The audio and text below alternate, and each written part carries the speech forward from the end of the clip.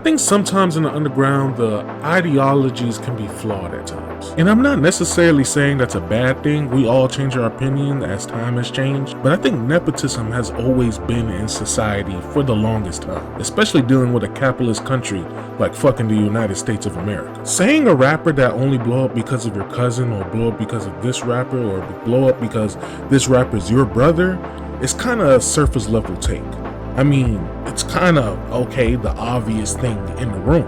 And I get why we say that, because the influence of mainstream media, regardless of what genre that you listen to, especially even if you don't listen to underground rap, you can definitely see the influences in mainstream rap with pop artists and R&B singers and, mainstream rappers itself. And you can see some people who are not as talented infiltrate into these scenes because they of wealth, of somebody else's artistry and somebody else's influence to put them in that scene when they really don't deserve it, and somebody who really needs that spot should actually get that spot organically. Shit, we also even see it in sports. We also see it in movies. We see it everywhere. It's very ubiquitous to the universal globe, if we're being honest. And this all correlates to this theory that I seen online that somebody made called the Paul social theory. And what the Paul social theory is it's an acronym for three things: poverty, artistry, and wealth.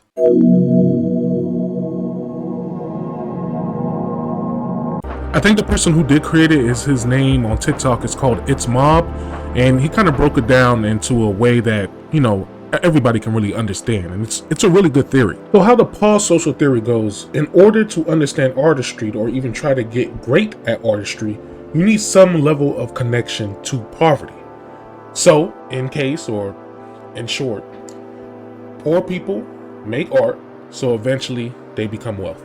And the reason why I like this theory so much is because the acronyms PAW, they all do not change regardless of where you start. So we can stop where the WAP social theory. So we could start with that, right? Which sounds crazy, but let's just start with that. Fuck it. So wealthy people want to make art. I mean, clearly. There's a reason why a lot of wealthy people are not dropping fucking grand fucking pictures and crazy albums and movies. This is because they want to make art, but they don't have that same level of connection to poverty. So because wealthy people lack the creativity of poverty people, it only leads them back to appealing to the so-called wealthy people, or the rich people, or the elites, whatever the fuck you want to call it, the fucking lizards, whatever. Yes, those high-end people, they will please to more because they don't really have that same creativity as a poor person will, who's in poverty. So what do wealthy people do because they lack that creativity?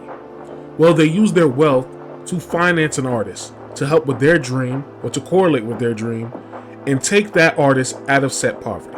And now that that artist is set out of poverty and now he's became wealthy, he will eventually do the same cycle and eventually grab a bunch of people from poverty, use their artistry, gain wealth, and so on, kind of like a fucking label, right? That's how things go on, like a fucking big ass, weird ass paradox. The reason why I like this paradox so much is because PAW, those, however you go around this, the triangle, circle, whatever direction you start from, it still stays the same. Wealthy people are still wealthy. Poor people are still poor. Artists are still artists.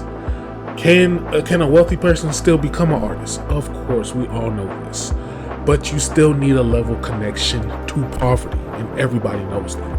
Relatability is a big factor in just music, or even everything around us. I can give you two examples on how this theory works in the underground in real time.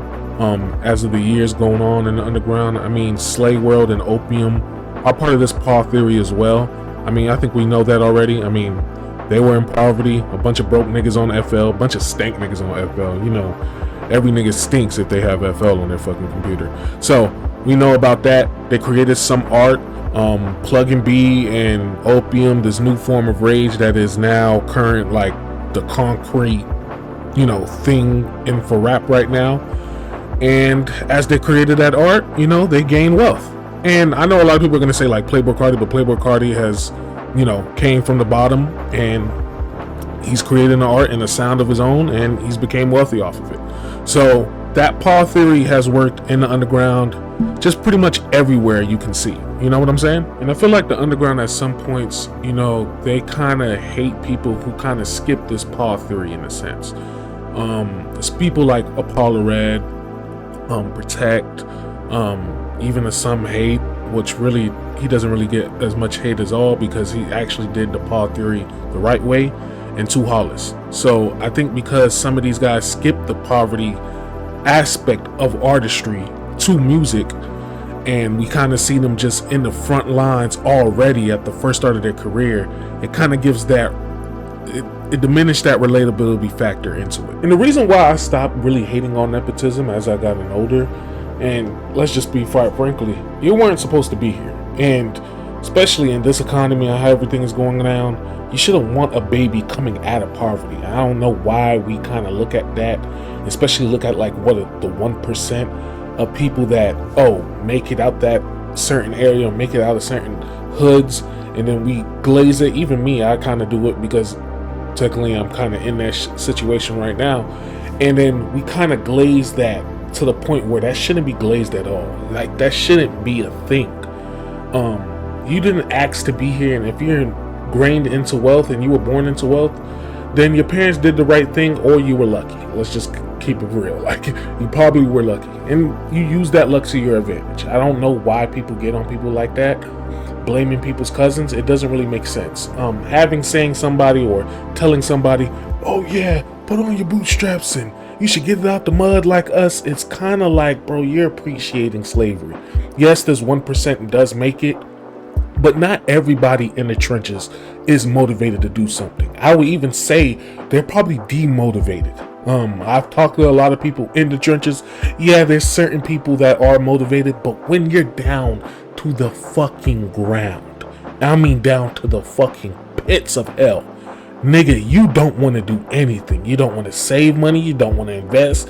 You don't want to do no skill. You're just trying to survive by every month because the rent is due. Saying things like that just gives like a capitalistic mindset ass take, and thinking everything can be done with just a little bit of more sweat and a little more blood and a little more tears. No, nigga, that shit does not work. So in grand scheme of things, yes, we do need poverty to create some great artists, but if you have that level of connection to poverty around your family or even people that you've seen, then you can still create great art. And if you're like Too Hollis, then your influence is just two wealthy people, and that's what Too Hollis is to me. I think he applies more to wealthy people than he applies to more to poverty people. He's a rich kid. He got his mom was what? I think she managed Skrillex. So yeah, the nigga's rich. He's with them rich ass hot niggas right now who listen to Charlie XCX, smoke fucking all types of drugs, and he's having a great time. Yes, did he use black people's influence to infiltrate into the scene? I mean, yeah, he did.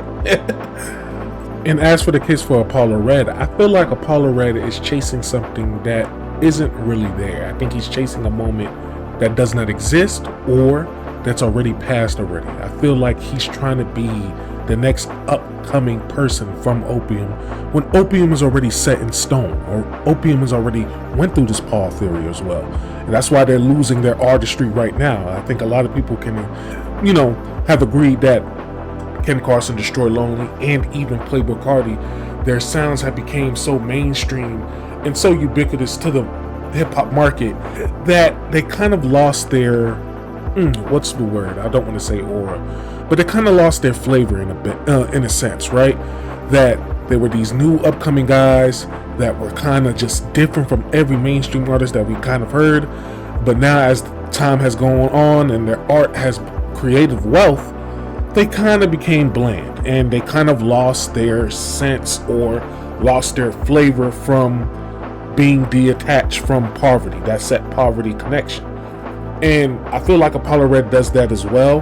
And I feel like if Apollo Red just kind of bees himself instead of chasing what isn't there, or chasing a guy, or chasing this Apollo Red that doesn't exist. And we get to know really who he is, and he uses this path theory. He starts going on live with 3 people the same way Destroy Lonely did back in 2020, 2021, and kind of start showing that side of him instead of just, oh, I got the baby voice, oh, I'm gonna get 1 million streams. Doing all that is just showing you're just using your nepotism as an advantage, when you can use your nepotism as an advantage behind the scenes and nobody actually know. In a sense, as crazy as it sounds, I feel like Kobe Bryant, I know he's dead, actually did this very well. He kind of became David Goggins in a sense of basketball, because he's a fucking nepo baby. His dad played 10 years in the league. He played for the LA Clippers. Jelly Bean Bryant was a pretty decent role player at the time. And Kobe Bryant just acted like he was from the trenches. He actually never really created himself, if we're being completely honest. Kobe Bryant has taken every single move from Michael Jordan. Somebody who's probably came from, I don't know the evidence behind that, but he's probably taken somebody that style and then creative of his own, because he didn't really came from poverty. He doesn't have that same, lifestyle as some basketball players do. So what he did is he created a story for himself. And I feel like Apollo Red doesn't do that. I don't know why he doesn't. I feel like we don't really know him for real, and he's just there. And I feel like Apollo Red, if he just learns how to be himself, he can be a great artist. With nepotism comes with time. So he has all the time to go through all these mistakes and bad albums, because Destroy Lonely and Ken Carson and even Playboi Carti, they had to shoot 100% from the field starting out. Apollo Red, he doesn't need to do that. He has the fan base and the wealth already intact, and if he uses it correctly, he can become a very good artist. As trash as people might think he is, and I don't think he's that bad, if he does his cards correctly, he can be very good. I even say start being with artists that are relatable to you. You said you're from the Bloods of West Side Atlanta. Start doing some shit with Lil Tony. Start doing things with Prada Bag Shy. Become very relatable first, and show us who you truly are. Then we get to like you. We can't just like you just for the sole purpose of you're an opium. And I feel like he misses that at times.